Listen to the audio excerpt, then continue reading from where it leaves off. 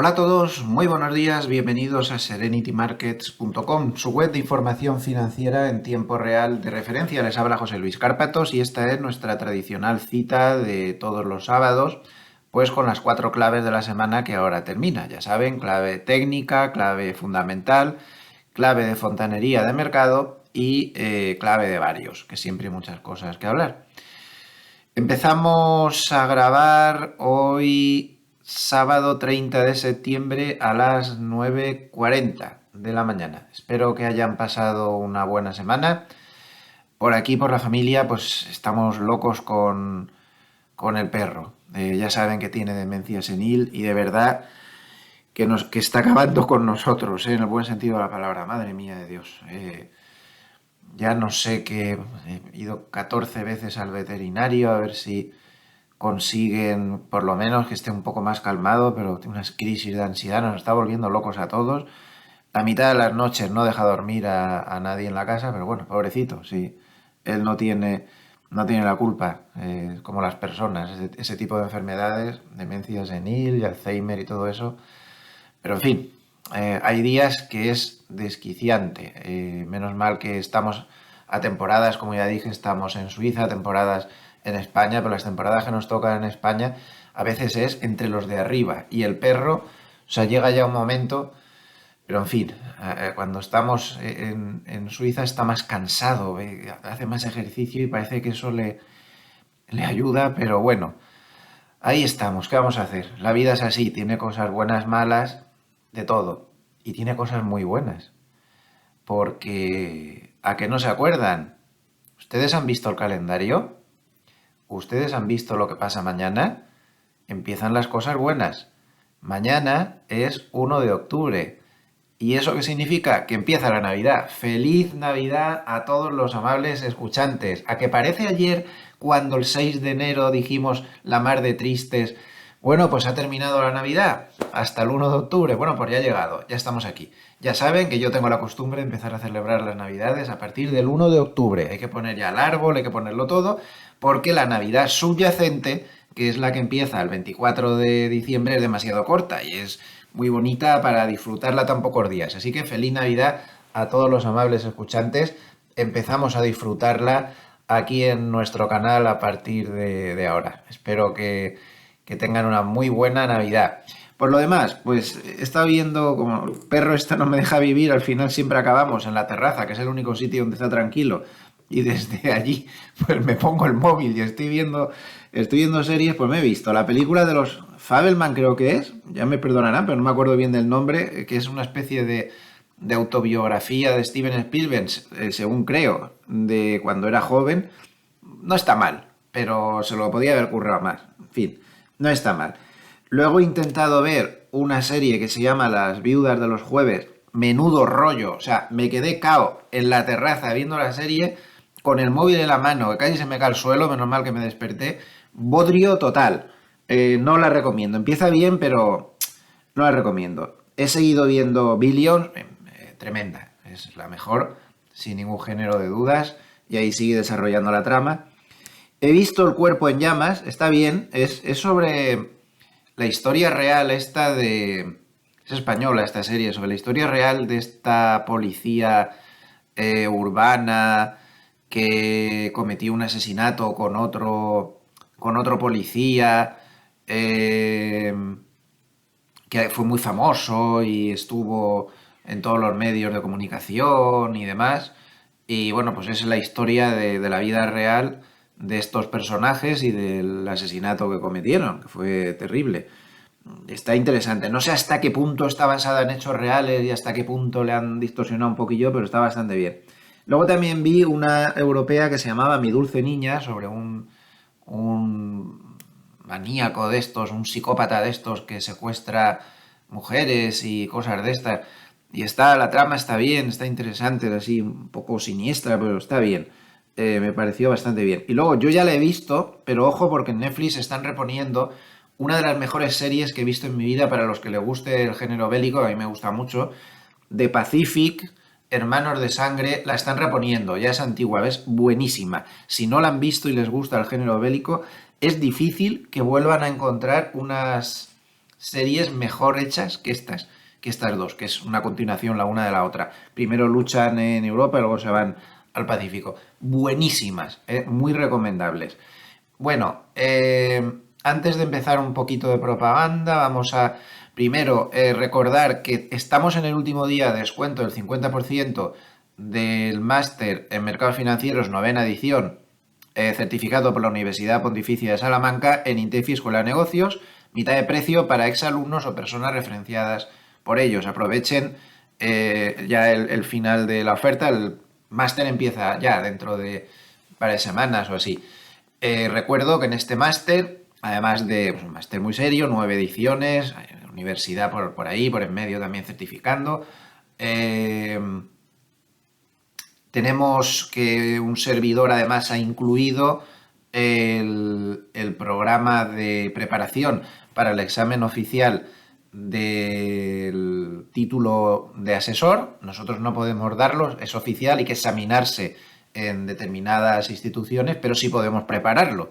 Tenemos licencia de CISI, el Instituto CISI, que es internacional, está basado en Londres, para poder preparar a los alumnos para el examen que luego ya se hace en sus centros oficiales, y el título, insisto, que es oficial, autorizado por la Comisión Nacional del Mercado de Valores, entre otros organismos. También sirve para alumnos extranjeros. Este título sirve pues, para más de 100 países. Todo esto está incluido dentro del precio del máster, además que yo doy mi propia asignatura. Recuerden, hasta hoy, lo que queda de fin de semana. Y luego recordarles que en mi AFI, bueno, de la que soy socio, somos 3 socios, Gloversia, Capital EAF, ya anuncié, aparte de todos los productos que tenemos, dos SICAFs asesoradas, tenemos cuentas particulares, tenemos todo tipo de negocios, de cosas. Además hemos creado un nuevo producto. Ya saben que esto es un empeño mío personal. Estoy completamente volcado en intentar hacer ver que las opciones, tanto a título formativo como a título profesional, ver que las opciones son la clave. Hoy en día es un método magnífico para poder estar en mercado, magnífico. Hemos luchado, ni se lo pueden imaginar cuánto, para conseguir tener pues un producto que le pudiéramos ofrecer a todos los clientes, no solo a los más adinerados, sino a todos los clientes, a todos nuestros clientes particulares, y lo hemos conseguido. No sé yo si habrá alguno más en España que lo haya conseguido, pero nosotros sí, nos ha costado muchísimo, hemos tenido que vencer 1.000.000 de trabas, y bueno, pues ya tenemos nuestro primer producto disponible. Aquí tienen el backtesting, como ya hay un vídeo en este canal, lo pueden ver hace unos días, que se llama Sistema de Opciones, ahí está todo explicado. El backtesting es todo esto es backtesting, que costó muchísimo hacerlo para calcularlo bien, y esto ya es real. A partir de aquí ya se empezó a hacer en real, con las cuentas de los socios, hasta que luego ya lo abrimos a los clientes. Entonces, un sistema para clientes con perfil alto, y ahí tienen pues más o menos las cifras, que está organizado de la siguiente manera. Nosotros somos los asesores, el producto se contrata con la agencia de valores Ursus Capital, que son buenísimos, estamos trabajando con ellos desde hace años y hay personas allí de mucha confianza. Y todo esto se hace a través de Interactive Brokers, porque el tema de las opciones es muy delicadito, y para el nivel en que nos movemos son estrategias complejas que requieren de efectividad en el pase de las órdenes. Pues hemos visto que como Interactive Broker pues no hay nada. No estoy haciéndole propaganda a Interactive Broker, que a mí ni me va ni me viene. Pero supongo que como muchos de los amables escuchantes que nos estarán oyendo, que sí que manejen opciones, pues ya habrán llegado a la conclusión que o te metes con un broker americano para operar a este nivel, o la llevas clara, ¿no? Y bueno, pues nosotros hemos escogido este. Entonces ahí tienen, porque esto se valora diariamente y vamos, tiene bastante volatilidad, porque es un producto, insisto, para perfil alto. Ya anticipo que estamos preparando, muy avanzado ya, que también nos ha costado meses de trabajo y esfuerzo, otro empeño personal mío, otro producto, pero también basado en opciones exclusivamente, pero mucho menos perfil de riesgo. Eso también está ya a punto en la de salir ya al tema. Ya una vez que hemos roto todas las barreras administrativas y conseguido todos los permisos habidos y por haber, ya está siendo más fácil. En breve haré otro vídeo presentando también este otro sistema. Este en concreto le vamos a poner, como ya anticipé, una cantidad de dinero limitada porque necesita afinar bastante y no podemos meternos con cantidades enormes. Así que si alguno está interesado, pues ya sabe, puede contactar con Gloversia. Aquí tiene el correo electrónico o si busca gloversiasicaf.com en la web, gloversiasicaf, acabado en V, ahí tiene todos los teléfonos también para llamarnos y todo lo que necesite. Nos vamos volando al mercado, tenemos una hora por delante para intentar resumir un poco qué es lo que va a pasar. En principio, sigo manteniendo mi hipótesis de trabajo. Si empieza a perder, ya estamos en el tope, ¿no?, de la corrección que teníamos prevista, que podría llegar hasta la media de 200, no estamos seguros, pero bueno, al final sí que ha llegado. Hasta aquí está dentro de las previsiones que teníamos. A partir de ahora, pues vamos a ver qué pasa. La hipótesis sería una subida en el último trimestre para llegar a primeros del año que viene, quizá primer mes, segundo mes, como mínimo a esto, pero lo normal es que debería llegar a esto de aquí, para ahí quedarse en lateral y ya con el año 2024 bastante avanzado, darnos un lechugazo de mucho cuidado, porque sería cuando el mercado descubra que estamos en recesión y que la Reserva Federal una vez más se ha vuelto a equivocar, para no perder la costumbre, ¿no? Por lo tanto, mantenemos la hipótesis de trabajo exactamente igual.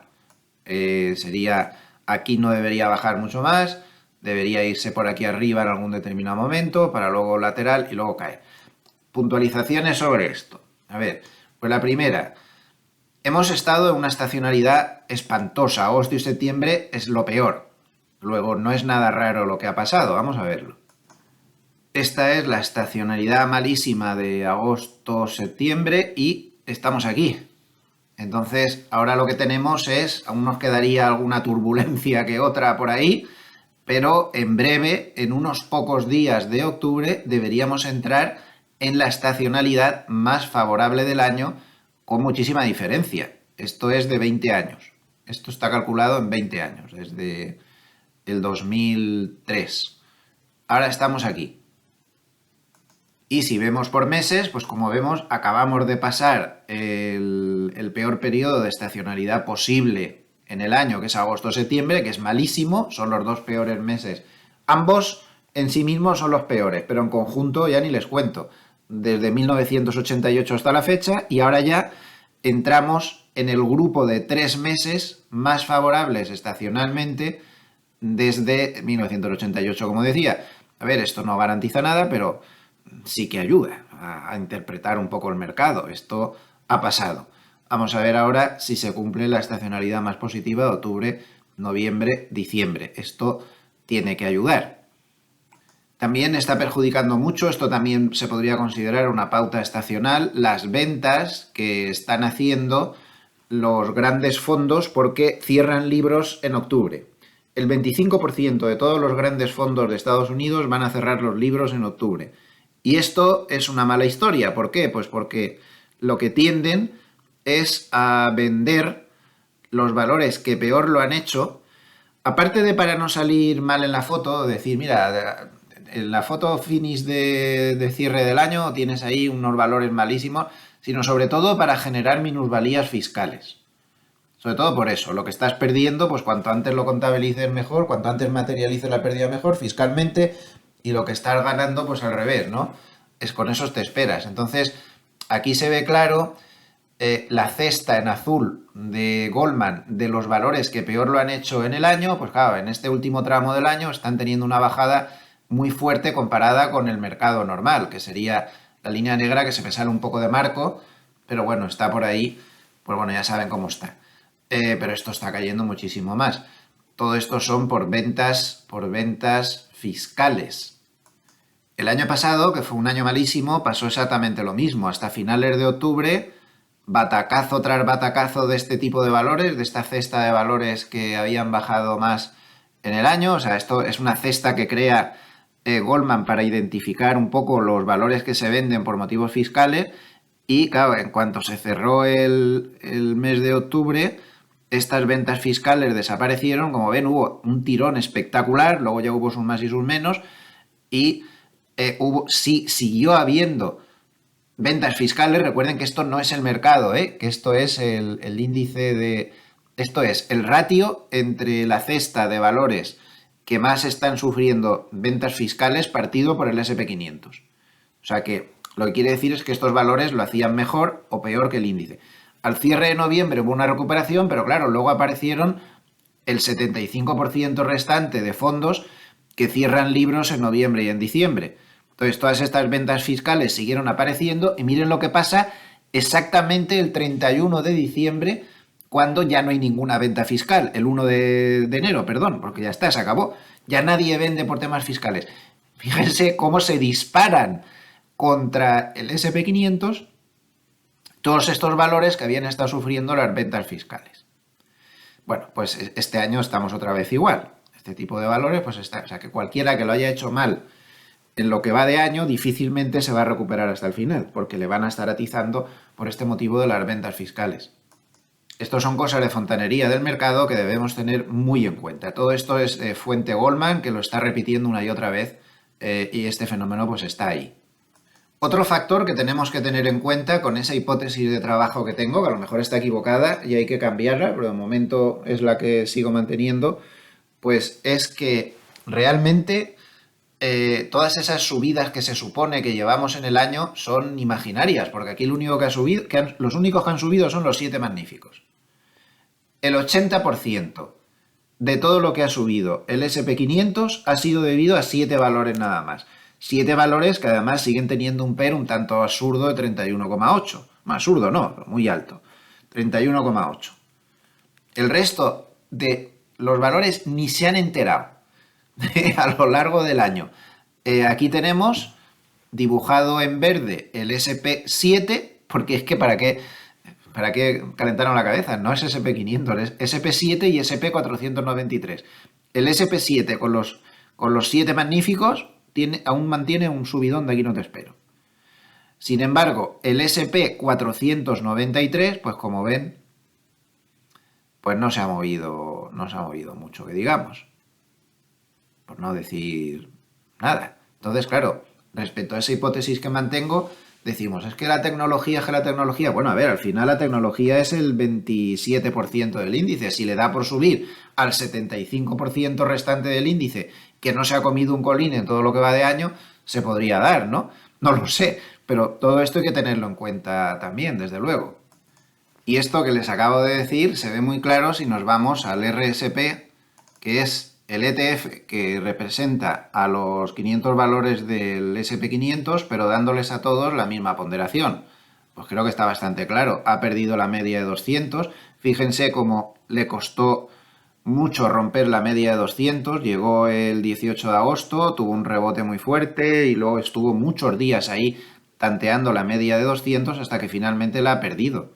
Entonces, el mercado real está peor de lo que parece. Ahí lo tienen. Y ya no gana nada. Ese gráfico que han visto antes estaba un poquito desactualizado, le faltaban algunos días, pero el RSP500, igual ponderación, ya no gana nada en el año. Al revés, lo que está es perdiendo un poquito, alrededor del 2% en lo que va de año. Esa es la realidad del mercado. Lo del SP500, el SP7 es el que ha tirado, pero este sería el SP493. En cierta forma, aunque aquí sí que están los 7 magníficos, pero ponderando exactamente igual que cualquier otro. Esta es la realidad del mercado. La realidad del mercado no es la subida que parece haber en los índices del SP500. Eso está distorsionado por los 7 magníficos. La realidad es que está lateral todo el año. Ha hecho 2 intentos de subida y no le han salido bien. Y aquí había un hombro cabeza a hombro, que en este caso la línea clavicular estaba justo encima de la media de 200, con un potencial de caída que más o menos yo creo aún le quedaría un poco hasta aquí más o menos para cumplir el objetivo de caída, que ya saben que es desde la línea clavicular hasta la cabeza del hombro cabeza a hombro. Como ven, es un mercado raro, es un mercado dificilillo de analizar. Pero si vemos, por ejemplo, este otro gráfico, nos damos cuenta de que el SP500, si lo vemos en su versión, todos los valores con la misma ponderación, lo que acabamos de ver, aquí lo vemos de una manera un poco más bonita, realmente en este gráfico lo que vemos, no veo marca de agua del autor y se me ha olvidado apuntarla. Bueno, pido disculpas al autor que no me lo ha apuntado. Pero sí, no es que no esté ganando nada en lo que va de año, que no lo está ganando. Es que en realidad está en el mismo sitio que en abril del 2021. Es decir, el SP500 con todos los valores con igual ponderación, es decir, excluido el fenómeno de los 7 magníficos, no ha ganado un pimiento en los 2 últimos años y medio. Esta es la realidad del mercado. 2 años y medio de nada, de nada.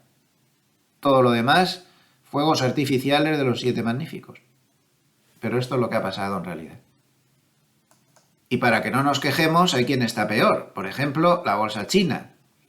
Fíjense lo que ha pasado en la bolsa china en los 10 últimos años. Otra década perdida.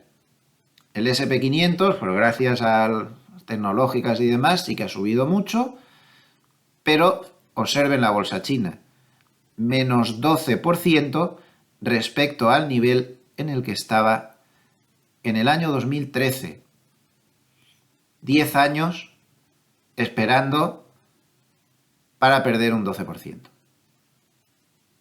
Eso de que la bolsa siempre sube a largo plazo, define a largo plazo. 10 años esperando o más. Y aún está ahí. Sí, bueno, a lo mejor si miras en 30 años, el problema es que no sé si te va a dar tiempo. Mira, a mí no. Evidentemente yo ya 20 años, no, 30 años más o 20 años más no voy a vivir.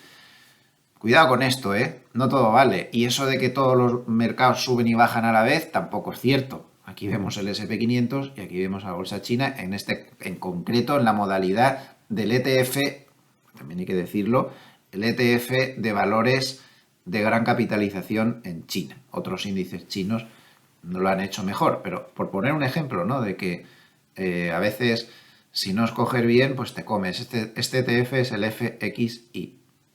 Pues te comes el tema, ¿no? 10 años ahí, tascaos. Y no digamos nada porque estábamos viendo el RSP500, es decir, el SP500 con igual ponderación, pero hay quien lo está pasando peor. Que aquí ven diferentes modalidades, el SP500 Top 50, el SP100, bueno, tienen ahí SP500, SP500 con igual ponderación, y aquí tenemos el SP500 pequeñas compañías. Las pequeñas compañías aún lo están pasando peor. Cuanto más grande se está haciendo mejor en el año, cuanto más pequeño, peor. Esto es una pauta bastante clara. Todas estas matizaciones hay que dejarlas claras. Y siguiendo con el panorama de la estrategia básica que aún manejamos, de momento, aunque como ya he dicho antes, cada vez nos volcamos más en opciones, con lo cual nos da más tranquilidad, ¿no? Porque vemos que nos podemos adaptar a cualquier entorno. Esta estadística de Ryan Detrick es bastante valiosa. Ha calculado desde los años 50 cómo se ha comportado el mercado cuando la pauta estacional de agosto-septiembre se ha cumplido por todo lo alto y ambos meses por separado han caído más de un 1% por lo menos, como ha sido el caso del 2023.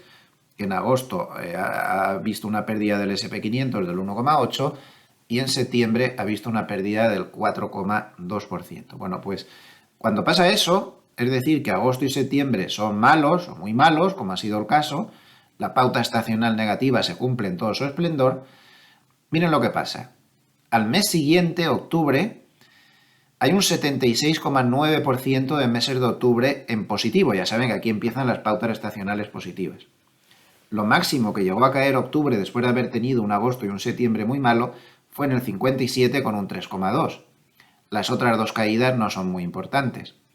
Y si vemos el cuarto trimestre, después de haber tenido agosto y septiembre mal, es decir, octubre, noviembre y diciembre, pues tenemos que el 92,3% de las veces se subió con una media de subida del 7 y tan solo hubo una excepción, en 1957, donde se perdió, ahí me parece que estaban en la guerra de Vietnam, no, por ahí, no, o la guerra de Corea. Pues no, acabo de mirarlo, la de Corea terminó un poquito antes y la de Vietnam, aunque ya estaba calentita la cosa en esa época, Estados Unidos aún no había empezado a enviar tropas. Pero bueno, por lo que sea, entonces, menos 5,7% es la única excepción. Es decir, que hay una tendencia a cuando la pauta estacional de agosto y septiembre es dura, a remontar en octubre y el cuarto trimestre. Nunca se sabe con estas cosas, estos son pautas estacionales y promedios, no tienen por qué cumplirse cada año. Hay muchísima gente que sigue la pauta estacional de los 6 mejores meses del año, que popularizaron los hermanos Hirsch en su legendario Almanaque de los Traders. Hay fondos que siguen la pauta, incluso hay derivados creados para seguir la pauta por ahí, OTC, pero los hay. Y hay muchísima gente que está pendiente de la señal de entrada.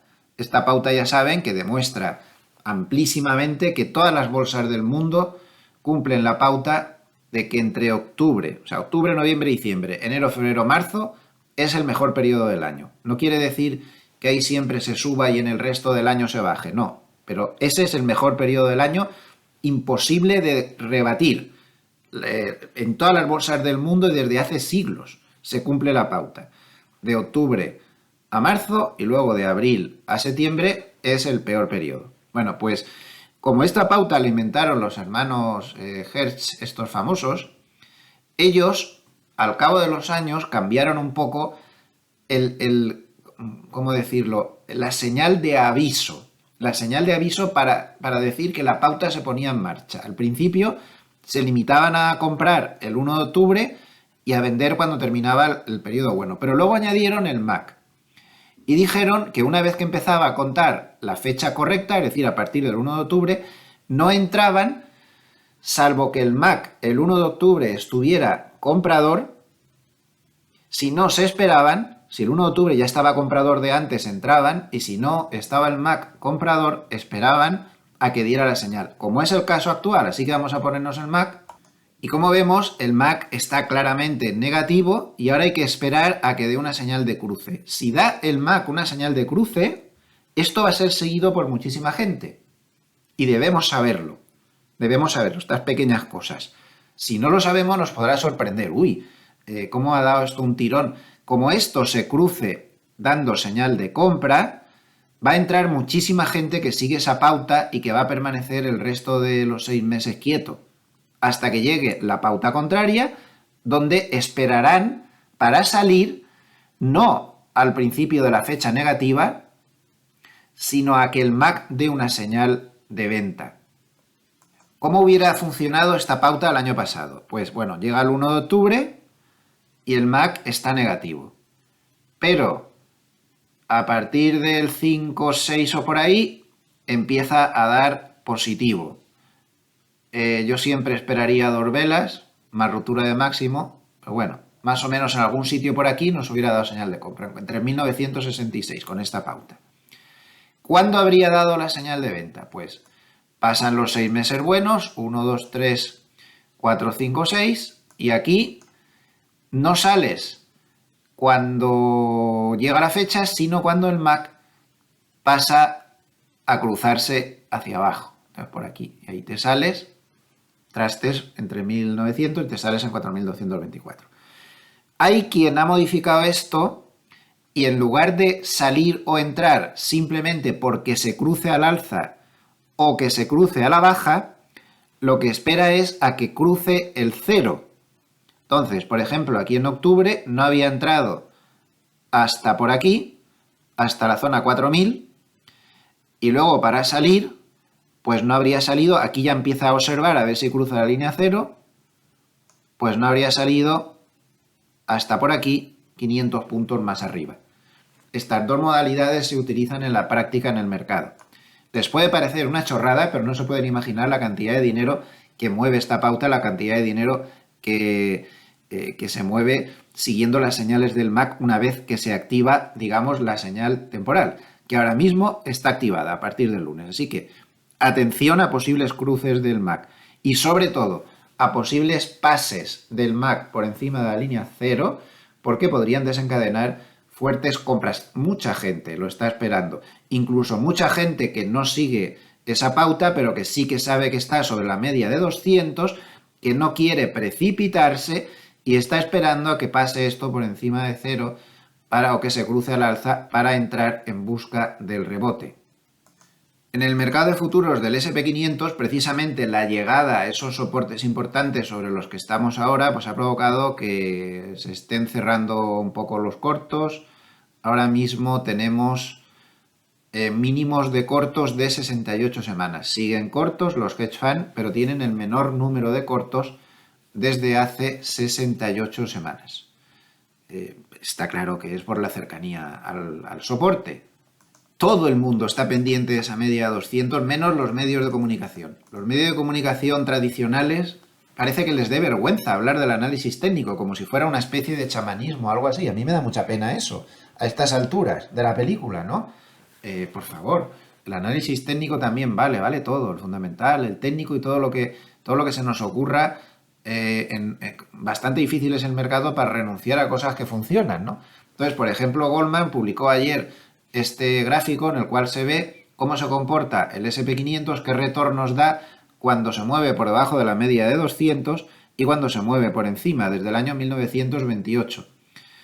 El azul sería el total y el azul oscuro cuando se mueve por debajo de la media de 200. Es una evidencia que lo hace peor. Lo hace bastante peor. Bueno, todo el mundo está pendiente de esa media de 200. He de recordar que yo siempre hablo del futuro del mini SP500 porque es con el que operamos, ¿no? Estamos ahí todo el día, dale que te pego, y es mi herramienta, es lo que tengo puesto en el gráfico. Pero si usted está mirando el spot o está mirando otros productos, que si CFD, que si cosas que replican al spot, verá que todo está un poco más bajo porque el SP500 cotiza bastantes puntos en este momento por encima del spot. El spot, los niveles son distintos, pero más o menos está con las mismas proporciones el gráfico. Hay mucha gente que me pregunta, pero a ver, si el SP500 el futuro está cotizando por encima del spot, ¿eso significa que hay una predisposición alcista? No, de ninguna manera. Cuidado con eso.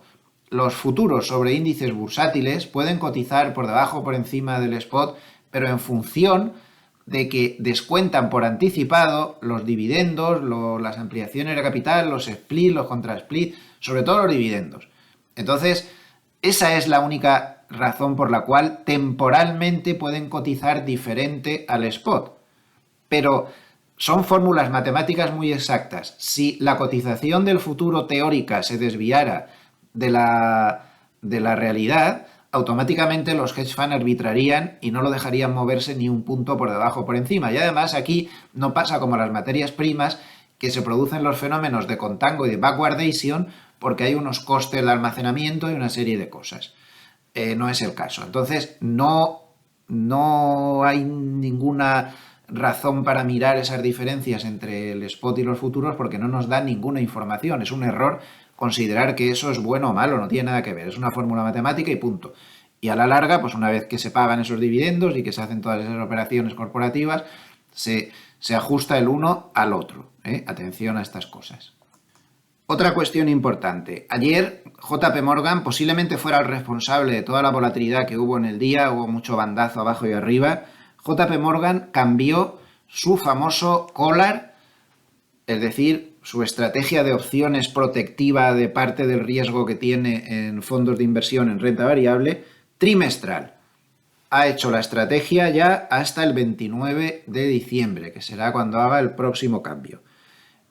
Es muy importante que tomen notas, se lo apunten en un papel y se lo dejen guardado, dónde están las patas ahora, porque tienen la tendencia a actuar de manera notable como soportes o resistencias cuando el mercado llega a alguna de ellas.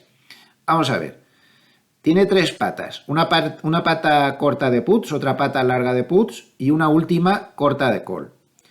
Empezamos por la pata más alejada de los puts cortos. Pues se ha ido muy abajo, se ha ido tremendamente abajo, está aquí. La tenía en 3.600, 3.560 y la ha bajado, tenía por aquí, y la ha bajado aquí a 3.420. Primera pata, quizá la menos útil, 3.420, corto de puts. Corto de puts, 3.420. Luego, tiene una pata larga de puts, que la tenía en 4.215, estaba por aquí, siempre hablando del spot. El equivalente al spot de 4.215 es más o menos esto del futuro, está unos 30 puntos más alto. Y la ha bajado de 4.215 a 4.055. Toda esta zona de por aquí. ¿Saben qué pasa por ahí?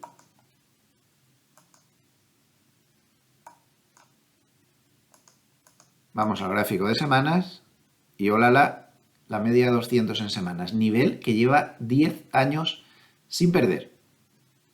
Media de 200 en semanas está ahí, justo. Entonces la ha bajado la pata larga de puts de 4.215 a 4.055. Y luego la pata corta de call la tenía en 4.670, mira por aquí, más o menos, y la baja de 4.670 a 4.515, como por aquí. Ahí vamos a tener mucha resistencia. Entonces, repito, 3.420, 4.055, 4.515. Yo la tengo anotada siempre en un papelito, toda la estrategia del collar, y la voy mirando de vez en cuando para ver si tengo algún nivel de soporte o resistencia importante. Bien, ya que tenemos el gráfico de semanas aquí, que es el que sirve para operar, como vemos, seguimos en tendencia alcista. Estamos encima de zona de soportes importantes, la media de 50 y la media de 100 en semanas, hasta 4.270, además de lo que hemos visto en el gráfico diario. Y de momento, pues lo único que ha hecho es corregir exactamente el 38.2% de Fibonacci de todo este tramo de subida desde aquí hasta aquí. Ahí está el 38.2% de retroceso de Fibonacci. Hasta ahí lo normal. Fíjense en una cosa que está viendo todo el mundo, y si la ve todo el mundo, esto se va a reforzar mucho. Y yo voy a contribuir un poquito a reforzarla algo más. Si nos vamos a canales simples, miren con qué facilidad puedo trazar un perfecto canal alcista con una directriz que une los máximos y con una directriz que une los mínimos. Es perfecto. Desde que tocó mínimos en octubre del 2022, está metido dentro de ese canal. Si se para aquí, confirmaría que este canal es real, con 3 apoyos ya. Yo hasta que no tenga 3 apoyos no me fío mucho de los canales. Y tendría perfectas posibilidades entonces de cumplirse nuestro plan estratégico que nos llevaría a la parte alta del canal. Si pierde este canal, pues o este proyecto de canal, pues evidentemente adiós y muy buenas, y habría que fijarse en 4.052, que va a ser considerado de nuevo como un muy buen punto de compra por muchísima gente, porque esta media de 200 en semanal pues no cae, insisto, desde hace 10 años. ¿Y lo ven? Estuvo temporalmente por debajo cuando el COVID, pero duró poco, desde hace más de 10 años que no la pierde. Así que técnicamente hablando estamos en momentos muy importantes. Si consiguiera rebotar a partir de aquí, esto podría empezar a forzar cierres de cortos masivos. Hay muchos cortos entre las manos más selectas. Entre los hedge funds hemos visto que no hay tantos, pero cuando Goldman publica los datos de su Prime Book, es decir, de la élite de sus clientes, que no todos son hedge funds, hay de todo, ahí sí que hay muchos cortos. Están con el mayor número de cortos desde hace muchísimos años. Y esto pues puede forzar evidentemente al cierre de cortos masivo. Así que importante.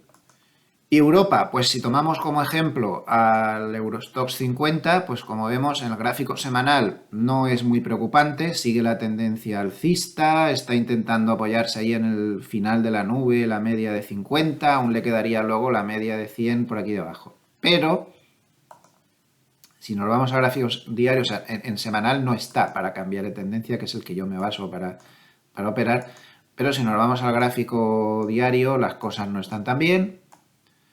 Y como vemos, ha intentado perder la media de 200. Como ya comentamos en los vídeos de diario, lo normal es que siempre intente un pullback otra vez hasta la media de 200. Ya lo está haciendo. En el máximo de ayer se acercó mucho. Y una vez que realice este pullback, que ya con lo que ha hecho casi que me vale, si tras hacer el pullback se da la vuelta y pierde el mínimo, nos ha confirmado la ruptura de la media de 200 en diario. Y eso muy bueno no es. Eso muy bueno no es. Así que en Europa, cuidadillo. Se me ha olvidado una cosa. Como hay mucha gente que también mira por ondas al SP500, tenemos que en la caída ha desarrollado una onda 1, una onda 2 y una onda 3. La onda 3 nunca puede ser más corta que la onda 1, lo tanto está en lo suyo, ya es más larga que la onda 1 y a partir de aquí a veces se cumple la 4 y la 5 y a veces no. A veces acaba el conteo, esto es lo que hay. Entonces tenemos una, 2, 3, totalmente confirmada, y se considera que las cosas empiezan ya a estropearse si se solapa con la 1. Para solaparse con la 1 tendría que pasar por encima de 4,410. Si ya se mete por encima, habría que parar ya de contar aquí. Mientras no sea así, pues sigue estando que la 3 es la más peligrosa de todas. ¿Conseguirá frenarse en ese 38% de Fibonacci, en la media 200 en soporte natural o no? El tiempo lo dirá. Una de las claves de la semana, sin ningún género de dudas, y que está influyendo mucho en que las bolsas estén débiles, paradas por los soportes, pero débiles, hay que buscarlo en los bonos. Los bonos han sido los protagonistas indiscutibles de la semana, sin ningún género de duda. Los bonos han sido la clave. El problema está en que han roto la peligrosísima resistencia que se tenía en la zona 4036, que como vemos viene ya del año pasado.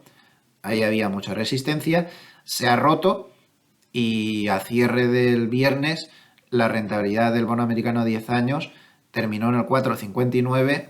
El día 27, el miércoles, llegó a tocar el 4,60 y tantos %. Esta es mucha rentabilidad. Nos estamos metiendo en zonas donde los bonos, cuando llegan a esas rentabilidades, rompen cosas. No me cansaré de repetir que los bonos no son la bolsa. La capacidad no sé cómo decirlo, el potencial de caída que tienen los bonos sin cargarse cosas muy gordas es mucho más reducido que el de las bolsas, que también se cargan cosas cuando caen demasiado, pero tienen que caer mucho más para que eso suceda. En los bonos no, estamos al límite. Les recuerdo que estamos en rentabilidades que no pueden asumir los bancos regionales, por ejemplo. Así de sencillo. Estamos en rentabilidades que no pueden asumir. Rentabilidades menores a esta ya causaron el que tuvieran que caer algunos. Les recuerdo que la ventanilla esa con la que ayuda la Reserva Federal a todos los que están en problemas porque su cartera de bonos se le está yendo al garete, porque te dan ese préstamo valorando los bonos al vencimiento y no con la pérdida que tienen ahora mismo, está a tope y está en máximos históricos, esa ventanilla. Esto puede seguir generando problemas. Puede romper cosas. El mercado está muy preocupado por ver, entre otras cosas, que de eso no se habla, el excesivo endeudamiento que están teniendo la mayoría de grandes potencias. El déficit de Estados Unidos empieza a pasarse de castaño oscuro. Por ejemplo, la emisión de deuda de Estados Unidos es brutal. $1 billón, más de 1 billón. Ayer ya había sobrepasado la deuda de Estados Unidos los 33 billones de los nuestros. Cuando en el momento en que levantaron en junio el límite de la deuda, tenían 32 billones. Es decir, que en apenas 3 meses ha subido la deuda ya más de $1 billón. ¿Pero a dónde vamos con esto, Dios mío? ¿En qué lío nos está metiendo la moneda fiduciaria a nivel mundial? ¿Cómo va a acabar esto? Ya sé que no va a reventar a corto plazo, ni en 2 años ni en 3, pero tarde o temprano lo hará y nos va a mandar al garete. Que tarde 10 años, que tarde 8, que tarde 20, pues puede ser, pero esto no puede ser. Todo eso está perjudicando evidentemente a los bonos, esos déficits excesivos. Es que la dinámica en la que nos hemos metido a nivel mundial es horrible. O gastas como un endemoniado si eres político. Si no lo haces e intentas poner una política ortodoxa, a las siguientes elecciones pierdes y te echan. Y entonces el que entra dice, jo, aquí como no empiece a darle al gasto público, me van a echar. Así que a gastar. ¿Y de dónde, cómo consigues esa financiación para el gasto público? Porque los impuestos normalmente están ya asfixiando a todo el mundo, ya tienen poco margen de subida. Pues endeudándome. Entonces la dinámica en la que nos estamos metiendo es alucinante. O gastas como un endemoniado o te quitan del poder. Luego, para estar en el poder, tienes que seguir gastando a lo bestia, tienes que seguir endeudándote a lo bestia. ¿Dónde está el límite de todo esto? Ya estamos montando un esquema Ponzi. Los estados piden más deuda para pagar la deuda anterior y para pagar los intereses de la deuda anterior. Y la Reserva Federal supongo que será consciente de la cantidad de intereses que está teniendo que pagar ya el Estado con esos más de 33 billones de deuda que le va venciendo y tiene que ir renovándola a tipos altísimos, con un coste tremendo. El Estado, por ejemplo, el español tiene las mismas, tiene un coste enorme. A todo esto, las hipotecas en España se nos van ya al 4%. ¿Ustedes saben lo que significa eso para una familia normal? Lo que le ha subido la cuota hipotecaria hasta un punto que ya le va a estrangular literalmente cada mes. No somos conscientes de eso. En Estados Unidos están ya con los tipos hipotecarios casi al 8%. Imagínense el pedazo de cuota que tiene que estar pagando ahora mismo una persona que tenía una hipoteca media en Estados Unidos comparado con lo que pagaba hace un año o dos. Y en España es igual, no tan exagerado, pero también es tremendo el daño que está haciendo todo esto. ¿De verdad dice la Reserva Federal que estamos en un mundo Disney maravilloso y que aquí no pasa nada y que no sé qué y que no sé cuántas? Los bonos no opinan igual que la Reserva Federal, evidentemente. Todo esto ha sido clave durante la semana, como ha sido clave durante la semana los imprudentes comentarios de la Reserva Federal, que a pesar de que la rentabilidad de los bonos está llegando a sitios que pueden romper cosas, siguen insistiendo R con sus teorías de que hay que subir los tipos de interés 40 veces más. Que si Bowman, que si no sé qué, los de siempre. Que en general son pelotas de Powell, porque Powell es el primer hooligan de las subidas de los tipos y de la dureza. Él que cuando la inflación, que cuando la inflación estaba disparándose y el 90% de los analistas le decían a la Reserva Federal, señores, pero ¿no ven ustedes que tienen que subir los tipos de inmediato que la inflación se está disparando? No hicieron nada, se quedaron mirando y encima se inventaron la chorrada sublime de que es que ellos habían inventado la media de la inflación, que a partir de ahora es que aunque estuviera por encima del objetivo no importaba porque ellos iban a sacar el promedio. Cuando ya iba por el 4 o por el 5 dejaron de decir la tontería del promedio, ya nunca más se ha vuelto a saber nada de lo del promedio y cuando empezaron a subir los tipos era demasiado tarde. Entonces ahora les está pasando lo contrario. Es ese árbitro que pita un penalti que no es, porque es un mal árbitro y en lugar de seguir el partido intentando pitar bien y no estropear más su actuación, te pita otro penalti después que tampoco es al equipo contrario para compensar el mal penalti que había pitado al principio. Se equivocaron con la inflación transitoria y con todos los respetos y dentro de mi modestia, yo creo, estoy convencido y a lo mejor me estoy equivocando y los que tienen razón son ellos, pero vamos, yo estoy convencido de que están volviendo a equivocarse y están con ese mundo Disney chorra que se han inventado que no existe.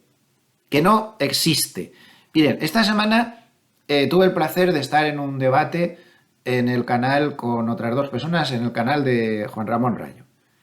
Y hablamos, por ejemplo, de esto que he dicho antes, de que los gobiernos siguen con políticas expansivas fiscales, ¿no? Porque ellos intentan gastar para que no les quiten del poder. Mientras que los bancos centrales intentan todo lo contrario, políticas contractivas. Eso, primer desajuste, ¿no? Primer desajuste. Pero luego también hablaba en ese programa, que está en el canal de Rayo, por si lo quieren ver, pues les comentaba yo que en medio de todo este intento de desfigurar contabilidades y de dar datos, vamos a dejarlo en sospechosos, yo ya solo me fío para ver el estado de las economías de un dato que es uniforme, porque lo calculan todos los sitios Market o empresas concesionarias de Market que al final se nutren del análisis de Market, que es el PMI. A mí ya solo me vale eso. Y según el PMI, están en problemas las 4 potencias de la Unión Europea, España, Italia, Francia y Alemania, las 4. Están en contracción, más o menos fuerte, pero las 4. Por mucho que el Producto Interior Bruto diga misa. Y el Producto Interior Bruto va con mucho retraso.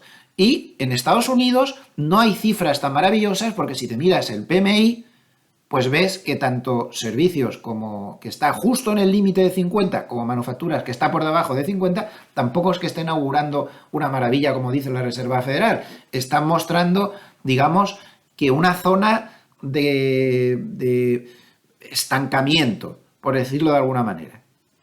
Así de claro. Y estoy convencido de ello. Y es que las condiciones financieras son muy restrictivas en este momento, tanto en Europa como en Estados Unidos, muy restrictivas, y deben dejar los tipos de interés quietos porque ya con la altura que tienen van a seguir haciendo el trabajo que ellos quieren de que enfríe la economía. En Europa ya no cabe ninguna duda. Y además también ayudarán por ese enfriamiento de la economía al proceso desinflacionario que, aunque le va a costar bastante aún, pero por lo menos ya lo está frenando. Ayer tuvimos un dato de IPC en la zona euro pues por debajo de lo esperado y también tuvimos un PCE en Estados Unidos también favorable. Es que fíjense el índice de condiciones financieras de Goldman cómo está. Esto funciona al revés, ¿eh? Esto va al revés. El rojo es el global, índice de condiciones financieras global, y el azul es el índice de condiciones financieras en Estados Unidos. Cuanto más bajo está significa que las condiciones financieras son más duras y cuanto más alto está que son más laxas, o sea, está justo al revés. Bueno, pues como ven, tanto a nivel global como a nivel de Estados Unidos, las condiciones financieras están muy mal, especialmente a nivel global, donde, ya ven, la desproporción es tremenda, están mucho más abajo, son muy duras. El crédito no fluye ya por la economía. Señores de la Reserva Federal, ustedes han visto las cifras de concesiones de créditos. No fluye el crédito, la demanda de créditos se ha ido al garete porque no se puede ya la gente. Las quiebras en Estados Unidos están en el nivel máximo desde la crisis del 2009, 2008-2009. Por favor, es que ¿cómo no se puede ver esto? Simplemente vamos a ver la recesión en diferido porque, como hemos repetido hasta la saciedad, hay muchas empresas, hay mucha gente, muchos agentes económicos que tenían financiación de la época del COVID a tipo cero y que aún no han sufrido en sus carnes el subidón sin igual de los tipos de interés en proporción, ¿no? de donde estaban.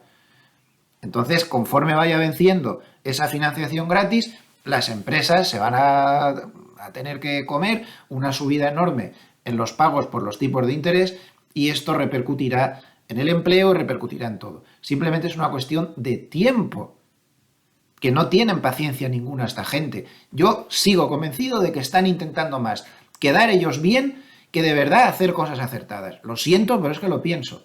Es más un postureo político por parte de los bancos centrales para no quedar mal y no salir mal en la foto de qué burros somos y que es que no pegamos una, que realmente que piensen que están haciendo lo correcto con estas declaraciones que están haciendo día sí y día no. Lo tengo claro. Como la fastidiaron siendo demasiado laxos con la inflación transitoria, ahora no quieren quedar como que la inflación al final repunta y van a seguir quedando como laxos. Entonces prefieren pasarse que quedarse cortos. Como si la economía fuera un videojuego que cuando te pasas le das a un botón y lo arreglas enseguida. Eso no va así. Y esas declaraciones se las he oído yo decir a Powell, ¿eh? No pasa nada si nos pasamos. Tomaremos las medidas oportunas para poner la economía bien otra vez. Sí, hombre, sí. Y nos metemos otra vez en el ciclo de siempre. En fin, es lo que hay. Todo esto ha sido clave durante la semana y ha influido mucho, mucho en el mercado. Otro factor que ha perjudicado mucho a los bonos, pues ha sido el hecho de que el gobierno italiano cambiara previsiones, dijera que iba a crecer menos de lo esperado y que se iba a endeudar más de lo esperado. Esto provocó durante la semana unas ventas muy agresivas de bonos italianos y un endurecimiento de la prima entre Italia y Alemania. Lo que pasa es que luego ayer se arregló bastante la cosa con una fuerte subida de los bonos europeos con esos datos de IPC favorables y demás, pero a tener en cuenta también durante la semana. Y otro factor que también está afectando a todos los mercados, a los bonos y a todos, es el nuevo cierre del gobierno. Ya tenemos otra vez otro numerito, ya tenemos otra vez otro numerito montado en Estados Unidos con el cierre del gobierno. Ayer fracasaron las negociaciones que había en el Senado, no se votó a favor el plan que había y parece que, salvo sorpresas de última hora, el cierre de gobierno es inevitable. ¿Esto qué va a provocar? Pues todos los funcionarios que no sean de cosas básicas se van a la calle, no vamos a tener seguramente los datos macro a tiempo, porque las oficinas estatales que calculan los datos estarán cerradas y evidentemente muy bueno para el crecimiento esto precisamente no va a ser. Eso es evidente. Así que más sufrimiento desde este punto de vista.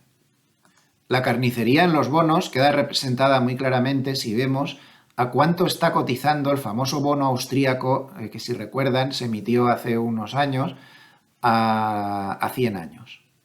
Se emitió en 2020 y se hizo a 100 años. Bueno, pues en este momento este bono austríaco a 100 años cotiza solo a 35 centavos. Claro, es evidente que te devolverán el capital, pero te devolverán el capital en 2120. Yo no sé quién se metió aquí. Ya lo comenté cuando lo emitieron. Hay que tener narices, para meterse en una cosa así. Y más cuando en ese momento estaban los tipos como estaban, bajísimos. No sé, es que esto no tenía potencial. Bueno, pues encima con un cupón francamente flojo de 0,85, 2120. Miren, 35 centavos. Las pérdidas son extraordinarias a cualquiera que se metiera aquí. Volviendo al tema de la recesión, observen también este gráfico muy interesante donde se ve que todo el exceso de ahorro que se había acumulado por el COVID, por todas las medidas que se tomaron, ya se ha desvanecido. Es decir, que ya no se puede contar con esta especie de ayudita extra para el crecimiento. El consumidor se ha quedado ya sin ese ahorro extra que tenía, encima tiene que volver a pagar los préstamos estudiantiles a partir del mes que viene, que había una moratoria que ha durado mucho tiempo, y bueno, pues ayer, por ejemplo, en la revisión que se hizo del Producto Interior Bruto de Estados Unidos del segundo trimestre, se vio una caída del gasto del consumidor tremendamente inquietante, tan solo 0,8%, la mitad de lo esperado, y desde el 4% que se había tenido en el trimestre anterior. Todo nos lleva al mismo camino. Por eso en mi plan está el lechugazo del año que viene cuando el mercado se entere de esto. Ya saben que Hartnett dijo algunas semanas que el mercado se dará por enterado de que no existe ese mundo maravilloso de la Reserva Federal, del aterrizaje suave y demás, cuando se vean 2 datos consecutivos de empleo negativo. Y creo que tiene razón. Ese puede ser un aldabonazo para la conciencia del mercado y a partir de ahí cambiar de opinión, empezar a subir los bonos y los mercados lo pueden pasar mal. Ahora, eso puede tardar. Eso puede que no se vea en algunos meses. Bien, vamos a pasar para terminar al paper de Hartnett de esta semana, a ver qué nos dice. El título, como siempre, ya es una declaración de intenciones, una línea muy fina. Esto es una línea muy fina. Bueno, atención a esto primero que dice. Si dice que se termina un ciclo de 40 años de la deuda, donde siempre ha estado subiendo, y dice que si la rentabilidad de los bonos americanos a 30 años alcanzan el 5%, en 3 años las personas que hayan mantenido este tipo de papel pues habrán perdido un 50%. Y él reflexiona y dice, esto es una línea muy fina entre la excepcionalidad de Estados Unidos y algo así como la devaluación de Estados Unidos. ¿Qué se refiere? Pues a esa creencia de que Estados Unidos es excepcional, que siempre es lo mejor, que es imposible perder con los activos norteamericanos. Entonces lo que dice que se va a ir perdiendo ese concepto por un concepto de que Estados Unidos está en declive. La economía de Estados Unidos se refiere, está en declive. Una reflexión que me parece sensata. En este párrafo que he subrayado en azul, habla del peligro que supone Japón. Japón, no olvidemos que es una economía que tiene un IPC, como ven aquí, en máximos de 42 años, pero que sin embargo no ha tomado medidas como han hecho otras economías. Entonces lo que reflexiona en este párrafo es que se puede liar parda como al yen le dé por subir fuertemente porque su banco central decida tener medidas más duras, no sé, que abandone el control de la curva de tipos. Esta semana ha habido muchas tensiones y la rentabilidad del bono japonés a 10 años se ha movido incluso en el 0,75%. Ya saben que el límite lo tienen puesto en el 1. Pero si levantaran todas estas políticas, podrían provocar un tsunami a nivel mundial. De hecho, Hartnett cree que si Japón empieza a ponerse duro, podría equivaler a numeritos como los que se montaron con el LTCM, con Bear Stearns, con la gran crisis financiera, la gran devaluación china del año 2015. Yo me acuerdo como si fuera ayer de esto, agosto del 2015. En fin, peligro con Japón. Yo ahí también le doy toda la razón. Peligro con Japón. Si algún día dicen que vamos a cambiar de postura, tienen una capacidad de contagio en el mercado de bonos tremenda. Ya lo que les faltaba a los bonos, se podría complicar todo mucho. De momento no lo han hecho ni parece que a corto plazo lo vayan a hacer. Sigue reflexionando Hartnett que en los últimos 24 meses ha habido hasta 520 subidas de tipos de interés por parte de los bancos centrales a nivel global y que no parece que esto vaya a cambiar. Y él sigue bajista, dice que en función de que esto aún no ha parado, pues que sigue bajista o defensivo y que sigue vendiendo la última subida. La última subida fue en julio, entonces de momento esta vez no le ha ido nada mal. Cometió algunos fallos últimamente, pero esta venta en julio, pues la verdad es que no le ha ido mal. Y aquí pone un gráfico, pues que las cosas se rompen cuando los tipos suben mucho. Aquí tienen un ejemplo histórico, la de casos que ha habido, ¿no? Por ejemplo, recientemente, pues la crisis de los bancos regionales. Atención a su indicador Bullenberg, que ha bajado de 3,4 a 3. Ya saben que a partir de 2 desencadenaría una señal de compra. De momento no ha sido el caso. En cuanto a los flujos semanales, pues tenemos 11.700 millones de dólares de entrada a bolsa. Curioso, ¿no? Una semana donde no ha ido la cosa muy bien, 11.700 millones de dólares de entrada. El oro ha tenido fuertes salidas de dinero. Qué mal está el oro. Y qué desesperación, ¿eh? Estoy hasta las narices de la posición que tengo en oro. Ya saben que en el momento que la venda se va a disparar por la ley de sentimiento contrario, que yo no fallo, ¿eh? Yo en eso no fallo. Cuando vendo sube, cuando compro baja. En fin, fuertes salidas del oro, 1.400 millones. Así la cifra absoluta puede que no sea importante, pero las cifras que maneja el oro son siempre bastante más bajas. Esto es mucho. 3.600 millones de dólares de salidas de bonos, no me extraña con el lechugazo que se han metido. Y curiosamente salidas de cash de 12.900 millones. En bonos del Tesoro se ha dado la primera, entiendo que será de Estados Unidos, la primera salida desde marzo del 2023, a tener en cuenta. En cambio, está entrando mucho dinero en la bolsa de Japón, como pueden ver aquí. Mayor entrada en los dos últimos... mayor entrada en 2 meses. Mayor entrada en 2 meses. Mayor entrada semanal en 2 meses. A mí siempre me gusta mucho cuando pone este gráfico que les enseño ahora. Lo he puesto otras muchas veces, pero es muy interesante. Refleja los tipos de interés desde hace 3.000 años. Es una barbaridad. Entonces es curioso, ¿no? Ver dónde estaban los tipos de interés en el año 300 o en el año 1720. Bueno, en cualquier caso, observen las subidas que estamos teniendo tanto en los tipos a corto como los tipos a largo, unas subidas bastante importantes. Muy, muy curioso este gráfico de 3.000 años. Bueno, realmente de 5.000, como pone la de 5.000 años.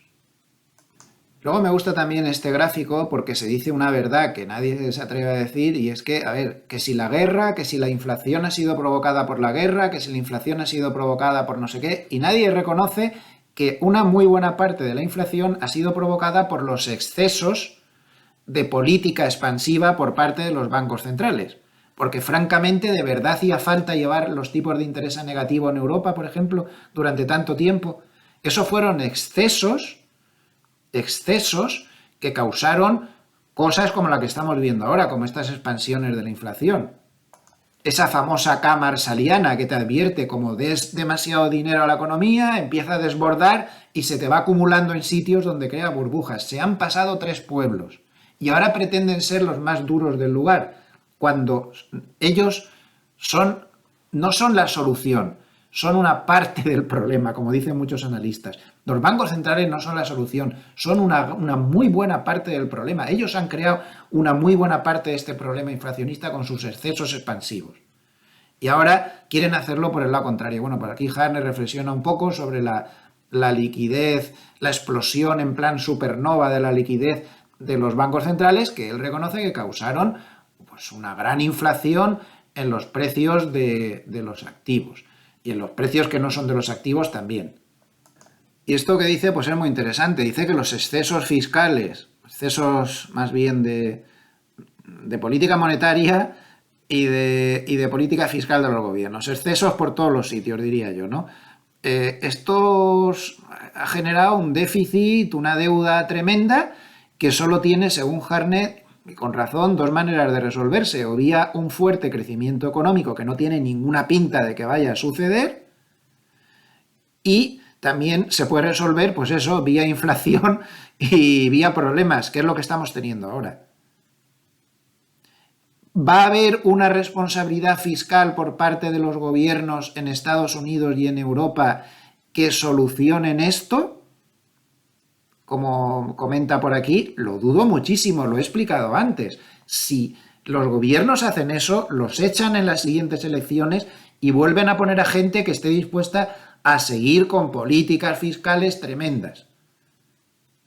Así que yo no le veo remedio a esta solución. Es complicado, ¿eh?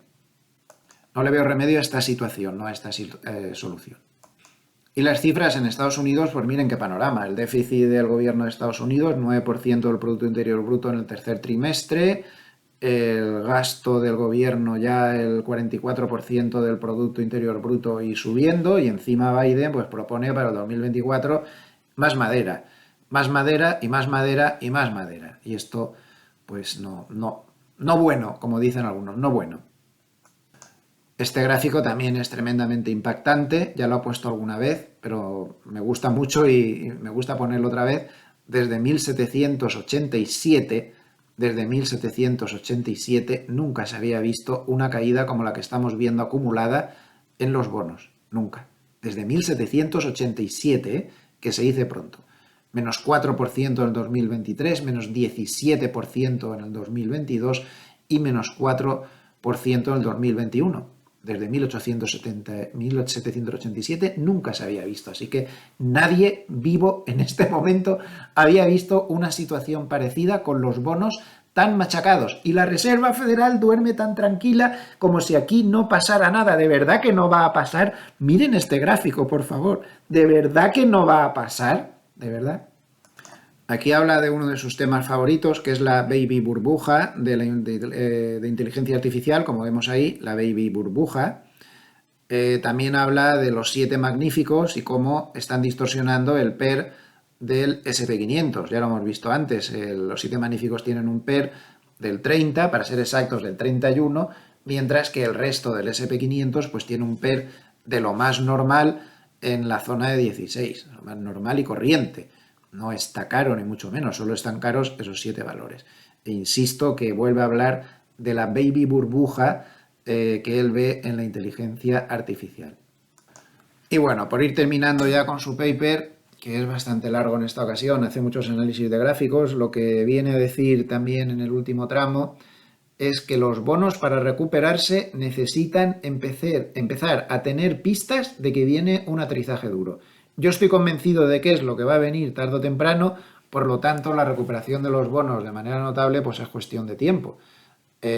Porque, como bien dice Hartnett, en el momento en que el mercado vea ese aterrizaje duro, pues se va a quitar de la cabeza todos los cuentos sobre los que está hablando la Reserva Federal.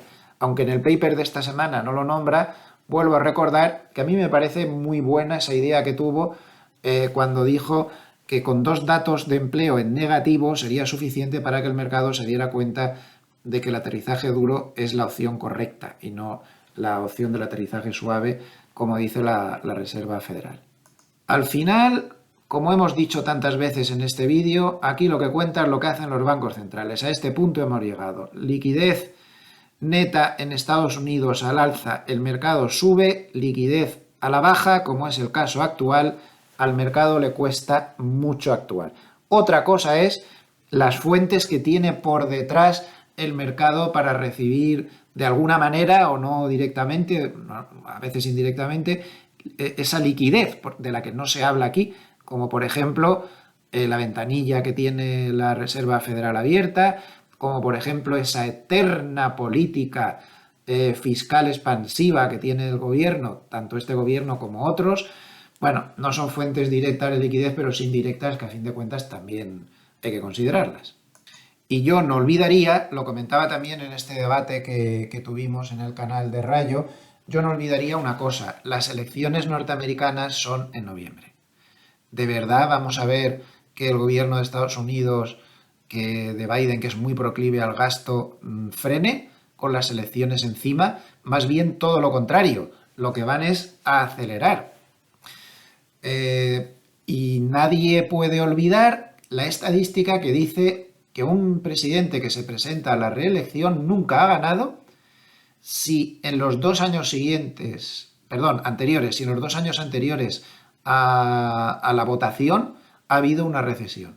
Es decir, que si Estados Unidos se metiera en recesión el año que viene, como a mí me parece que va a pasar, las posibilidades de reelección del candidato demócrata serían estadísticamente muy bajas, porque en la historia nunca ha habido ningún candidato en reelección, vuelvo a repetir, que ganara en ese segundo mandato cuando ha habido una recesión que le precedía en la votación. Bueno, todo esto hay que meterlo en la coctelera, como ven, todo muy complejo, mercado muy complejo. ¿Entienden por qué estoy volcándome tanto en las opciones? Esto cada vez está más difícil. No parece fácil que vayamos a ver tendencias duraderas en ninguna dirección. Esto promete seguir dando bandazos de gran envergadura en los próximos tiempos y hay que ser muy fino en el análisis. Tienen todos los datos. Si les ha gustado este vídeo, les agradecería mucho un like o que se suscriban al canal. Nos es verdaderamente muy valioso para poder ser importantes dentro del algoritmo de YouTube, porque si no, no te da a conocer. Les vuelvo a recordar que todo lo que yo digo no hay que tenerlo demasiado en cuenta. Soy uno más como cualquier otro. No hay gurús, no hay historias. Lo que tienen que hacer ustedes es hacer su propio análisis, que es el único que vale, su propio análisis. Por favor, no se dejen llevar ni por unos ni por otros, y también recordarles que nada de lo que he dicho en este vídeo constituye ni quiere constituir ninguna recomendación de compra, entre otras cosas porque va contra la legislación vigente. Les vuelvo a desear muy feliz Navidad, que empieza mañana 1 de octubre. Les deseo que pasen un muy buen fin de semana y nos vemos pues con el vídeo tradicional de reflexión del domingo mañana, alguna cosita corta, y ya sobre todo pues el lunes con el vídeo de apertura a las 8:30 de la mañana, hora española, 2:30 hora de Nueva York. Hasta pronto, gracias por estar ahí.